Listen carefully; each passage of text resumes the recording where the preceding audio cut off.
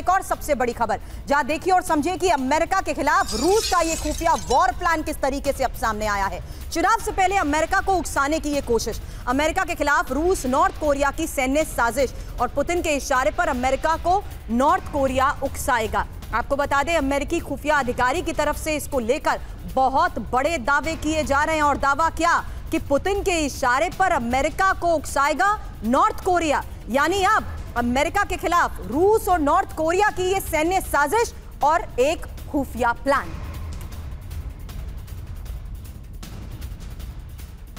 अब अमेरिकी चुनाव से पहले एक और वॉर फ्रंट का क्या ये खतरा बढ़ता जा रहा है। वर्ल्ड डिस्ट्रक्शन के तहत ये खबर समझिए, क्योंकि राष्ट्रपति चुनाव से पहले अमेरिका को उकसाने की ये कोशिश है और चुनाव के बीच अमेरिका को युद्ध में उलझाने की ये कोशिश। अब अमेरिका के खिलाफ रूस और नॉर्थ कोरिया की ये बड़े सैन्य साजिश मानी जा रही है। पुतिन के इशारे पर अमेरिका को उकसाने की तैयारी में नॉर्थ कोरिया है।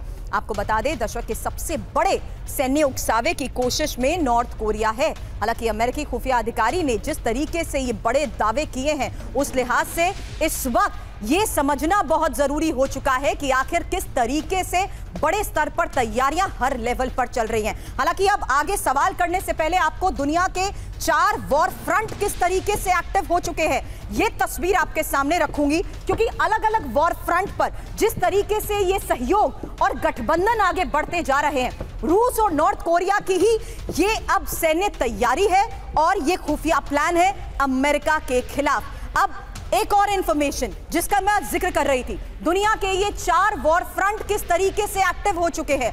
अब ये देखिए, एक तस्वीर आपके सामने ग्राफिक्स के माध्यम से रख रही हूं, क्योंकि इंपॉर्टेंट है इन्हीं तस्वीरों के लिहाज से आज के इस हालात को समझना, जहां यूक्रेन नेटो सैनिकों की तैनाती संभव बताई जा रही है। यहां पर अब यूक्रेन की बात एक और इंपॉर्टेंट इंफॉर्मेशन है, क्योंकि रूस की परमाणु हमले की धमकी को देखते हुए यह बहुत इंपॉर्टेंट है कि किस तरीके से नेटो सैनिकों की तैनाती की संभावनाएं लगातार इस वॉर फ्रंट पर बढ़ती जा रही है। जाहिर सी बात है, रूस की परमाणु हमले की धमकी का जवाब जिस तरीके से देना होगा, उस लिहाज से यूक्रेन अपने स्तर पर तैयारी करना चाहता है। अब मिडिल ईस्ट को लेकर खबरें लगातार इस वॉर फ्रंट से सामने आई है कि किस तरीके से इजरायल और हमास के बीच जंग जारी है और ईरान के खिलाफ अमेरिकी लामबंदी को लेकर भी लगातार हम चर्चा करते आए हैं। एक और तीसरे वॉर फ्रंट का भी मैं जिक्र करूंगी, उसमें नाम अब आ चुका है ताइवान का, क्योंकि चीन लगातार जिस तरीके से वॉर ड्रिल कर रहा है, बड़ी तैयारी और बड़े अटैक की प्लानिंग को लेकर दावे किए जा रहे हैं, क्योंकि अटैक की प्लानिंग में ही अब चीन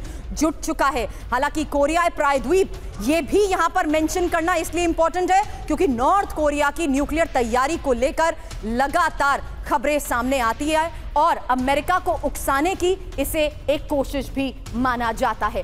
अब आगे बढ़ेंगे, रूस और नेटो की जंग के लिहाज से जिस तरीके से संभावनाएं लगातार बढ़ती जा रही है, उसको देखते हुए बड़ी खबर है अब रूस के खिलाफ नेटो की ये बड़ी जंगी तैयारी, जहां देखिए किस तरीके से रूस और बेलारूस बॉर्डर पर ड्रोन वॉल बनाने का प्लान है। अब 6 नेटो देश ड्रोन दीवार बनाएंगे।